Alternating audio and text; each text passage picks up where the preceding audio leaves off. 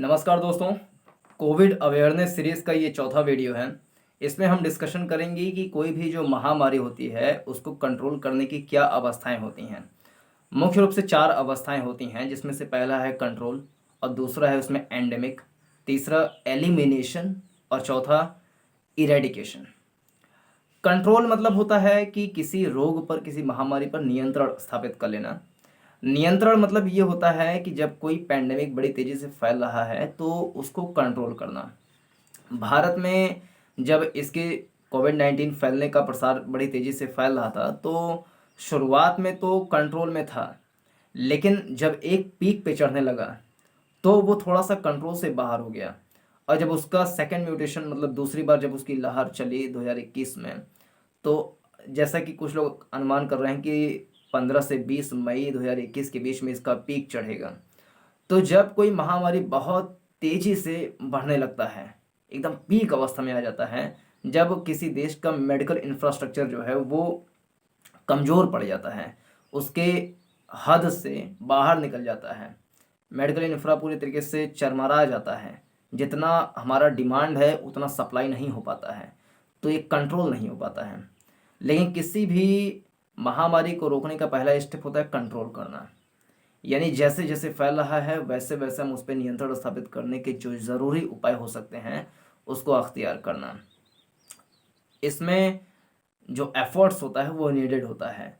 सरकार के द्वारा, समाज के द्वारा, सभी लोगों के द्वारा लगातार जब एफर्ट्स किए जाते हैं, प्रयास किए जाते हैं, तो जा कर के इस पे थोड़ी सी कमी आती है। एग्जाम्पल के रूप में टीबी पूरे दुनिया में एक बहुत बड़ा रोग है। अभी भी बहुत सारे लोग टीबी के कारण से उनकी जानें चली जाती हैं, लेकिन उस पर एक प्रकार से कंट्रोल है। यानी कि जितना केस आता है अस्पताल में उतना इंफ्रास्ट्रक्चर है कि उसको कंट्रोल में किया जा सके। तो पहला स्टेप जो होता है वो होता है कंट्रोल करना किसी महामारी को, और दूसरा स्टेप होता है एंडेमिक, यानी कि महामारी को या किसी भी बीमारी को एंड करने के स्तर पर लेकर चले आना। पहले तो कंट्रोल करेंगे। कंट्रोल कब होगा कि जितना मतलब रोगियों की संख्या है उतना हम उनको इलाज करके पूरी ज़रूरी इंफ्रा उनको प्रोवाइड कर पाएँ तो कंट्रोल होता है। कंट्रोल करने के बाद का जो अगला स्टेप होता है वो एंडेमिक। एंडेमिक मतलब ये होता है कि अ, मतलब महामारी पूरी तरीके से समाप्त हो गई है ऐसा नहीं होता है। महामारी अभी भी है और आगे भी रहेगी, लेकिन वो इस अवस्था में है कि अब हम उसको पूरी तरीके से अपने नियंत्रण में कर लिए हैं। अगर कोई भी 2-4 केस आता है तो हम उसको तुरंत वहाँ पे रोकथाम कर लेंगे। तो ये एंडेमिक की अवस्था होती है। जैसे भारत में वर्तमान समय में देखा जाए तो 14 एंडेमिक हैं अभी भी, जैसे कि रेबीज़ है या कुछ अन्य रोग जैसे डेंगू है। तो जब उसका मौसम आता है, सीजन आता है, तो रोग जो है बड़ी तेज़ी से फैलता है, बहुत सारे रोगियों की संख्या हो जाती है। लेकिन आमतौर पर ये कंट्रोल्ड अवस्था में है, तो ये एंडेमिक होता है। एंडेमिक फिर से एपिडेमिक या पैंडेमिक के रूप में फैल सकता है अगर कोई एक्सटर्नल इन्फ्लुएंस अगर ना हो। अगर बाहर से फिर से कोई प्रभाव पड़ रहा है तो फिर से वहाँ पर जो है सेकेंड वेव आ सकती है। एग्जाम्पल के रूप में ब्राज़ील का एक शहर जहाँ पर पहले वाले वेव जब आई थी 2020 में, तो कंट्रोल कर लिया गया था, एंडेमिक के स्तर पर आ गया था। दिल्ली सरकार ने भी अभी कुछ दिन पहले कोई मंत्री टाइप का कोई नेता बोल रहा था आम आदमी पार्टी का कि हम अब उसको पूरी तरीके से एंडेमिक के स्तर पर लेकर चले आए हैं। तो एंडेमिक मतलब एंडेमिक के स्तर पे आ गया था, लेकिन जब एक्सटर्नल इन्फ्लुएंस फिर से दिल्ली में गया तो फिर से उसकी सेकेंड वेव बड़ी तेजी से बढ़ने लगी थी। और तीसरी स्थिति होती है एलिमिनेशन करना।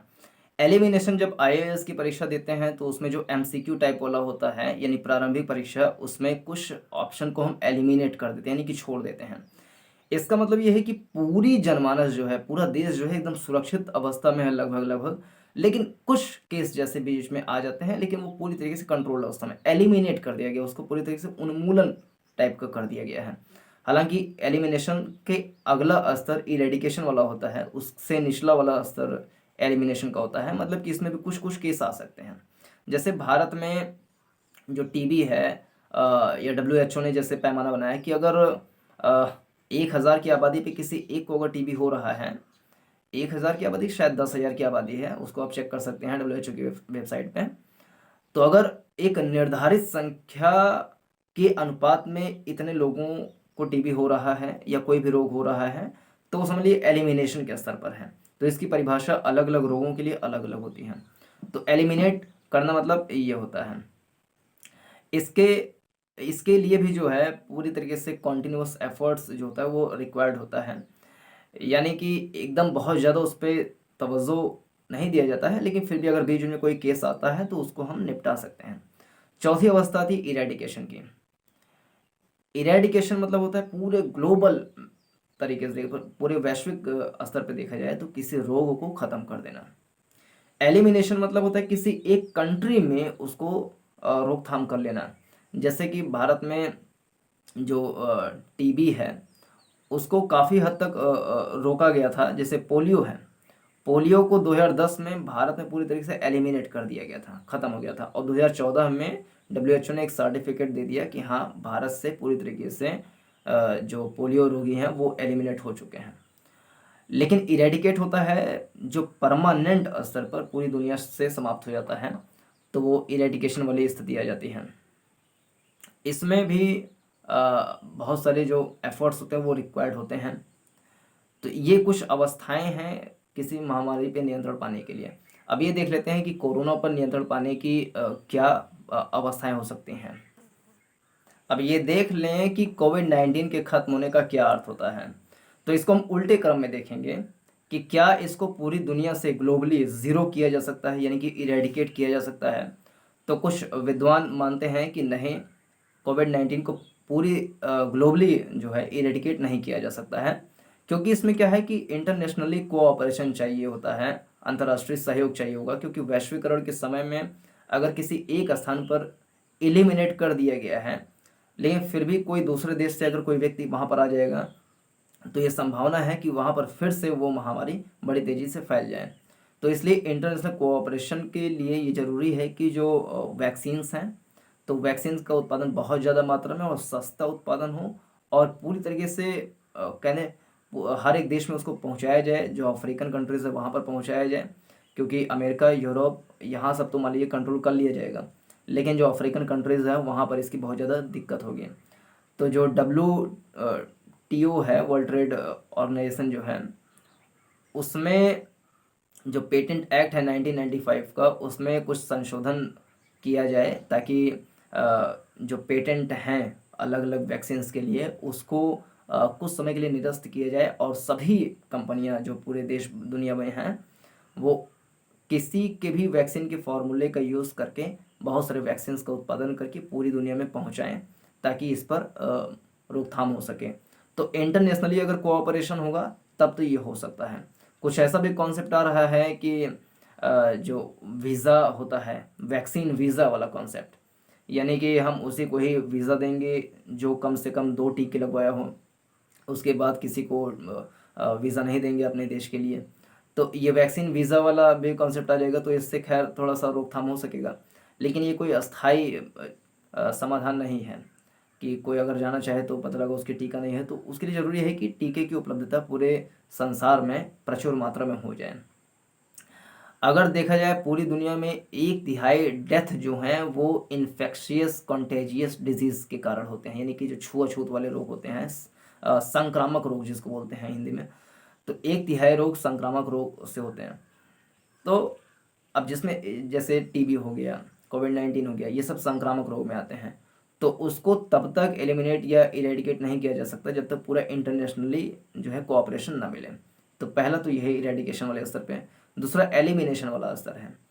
एलिमिनेशन भी कुछ विद्वान मानते हैं कि पूरी तरीके से नहीं किया जा सकता, हर एक देश में कुछ ना कुछ मात्रा में रहेगा ही, और बीच बीच में आएगा तो उसको कंट्रोल कर लिया जाएगा।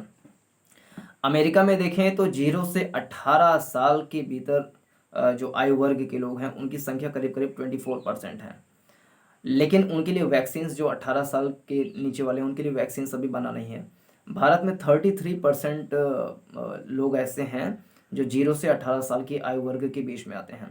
तो एक बड़ी आबादी जो है, करोड़ों की आबादी 18 साल के नीचे वाली है जिसके लिए वैक्सीन नहीं बना हुआ है, और उसमें से कई सारे लोगों को कोविड संक्रमित हो भी गए हैं। तो इसके लिए ज़रूरी है कि उनके लिए भी वैक्सीन्स बने और जल्दी जल्दी बच्चों को वैक्सीन जो है वैक्सीनेट उनको कर दिया जाए, तो धीरे धीरे हम एलिमिनेशन के स्तर पर जा भी सकते हैं। तीसरा जो आता है वो आता है एंडेमिक का स्तर, या कहें कि कंट्रोल करने का स्तर। एंडेमिक देखिए तभी हो सकता है जब मेडिकली पूरी तरीके से मेडिकली परफेक्ट इक्विप्ड जो संस्थान हैं वो हों। कोई भी जो मेडिकल हाउसेस हैं या अस्पताल हैं वहाँ पर जब तक बेड्स, ऑक्सीजन सिलेंडर्स, वेंटिलेटर्स, ये सारे सुविधाएं अच्छी मात्रा में, प्रचुर मात्रा में नहीं होंगी, तब तक इसको एंडेमिक के स्तर पर नहीं लाया जा सकेगा। भारत में जो WHO ने बताया है कि मतलब एक पैमाना इसके लिए भी है कि 300 बेड रिक्वायर्ड होता है 1 लाख की आबादी पर। अगर 1 लाख की आबादी है तो 300 बेड चाहिए होता है, जबकि भारत में केवल 50 बेड हैं। जबकि बांग्लादेश में देखें तो ये संख्या 80 तक जाती है। तो बेड की इतनी कमी है। सिलेंडर का आप देख रहे हैं कि हम देश दुनिया से उसको आयातित कर रहे हैं। वैक्सीन की कमी है। तो ये सब का उत्पादन बहुत तेज़ी से जब होने लगेगा तब जाके एंडेमिक के स्तर पर हम पहुंच पाएंगे। और कंट्रोल तो होने में इसको कुछ लोग अनुमान लगा रहे हैं कि सितंबर अक्टूबर तक इसका पीक जो है डाउन होता जाएगा, तब हम धीरे धीरे इसको कंट्रोल करने की अवस्था में आ पाएंगे। इसका एक बहुत बड़ा जो तरीका हो सकता है रोकने का या एंडेमिक या एलिमिनेट करने के स्तर तक लाने का, वो हर्ड इम्यूनिटी है। अब हर्ड इम्यूनिटी क्या होता है, उसको कैसे लाया जा सकता है, उसके राह में क्या चुनौतियां हैं, यदि इसको डिस्कस करेंगे तो फिर से 10-15 मिनट का और समय चला जाएगा। तो चाह रहे हैं कि छोटे छोटे वीडियो में ही सारे कोविड अवेयरनेस सीरीज़ का प्रोग्राम कंप्लीट हो। तो चौथे वाले वीडियो में इतना ही। अगले में हम हर्ड इम्यूनिटी के बारे में कुछ बातें डिस्कशन करेंगे कि कैसे उसके माध्यम से हम कोविड-19 को ज़्यादा स्प्रेड होने से रोक सकते हैं। तो इस वीडियो में इतना ही। पूरा देखने के लिए धन्यवाद। नमस्कार। जय हिंद।